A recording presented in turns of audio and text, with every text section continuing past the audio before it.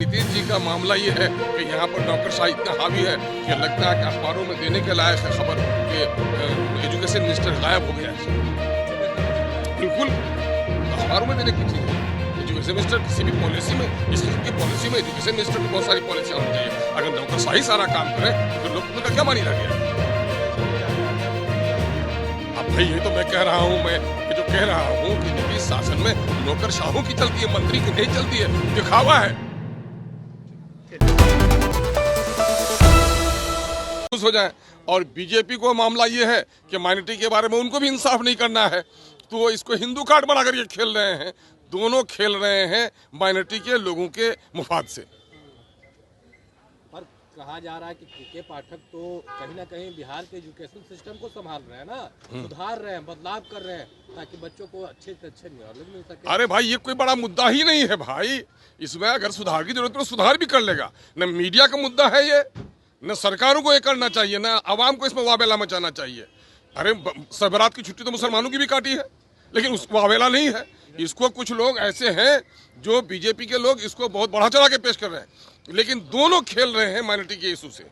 Minority का issue ये है बिहार में जाति आधारित गणना के बाद माइनॉरिटी की इस 3,60,000 नौकरी में सिर्फ 1.5 लाख नौकरी जो मिली है उसी को छुपाने के लिए ये लोग कर रहे हैं। ये समझ रहे कि माइनॉरिटी उर्दू के मामले में खुश हो जाएंगे, और बीजेपी ये समझ रही है कि इस मामले से हम हिंदू कार्ड खेल लेंगे।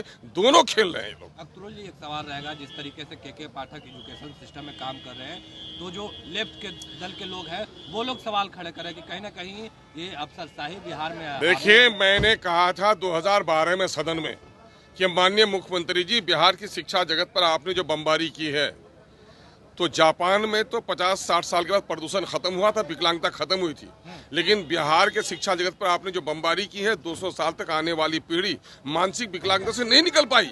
और मेरी बात बिल्कुल सही है कि 1,70,000 जहाँ वैकेंसी हो, जिस राज्य में बेरोजगारी हो, वहाँ 1,20,000 बच्चे क्वालिफाई कर रहे हैं। उसमें से भी समझिए कि आधे जो टीचर पहले से हैं वही कर रहे हैं। तो शिक्षा जगत को कहीं ना कहीं चौपट कर दिया गया है।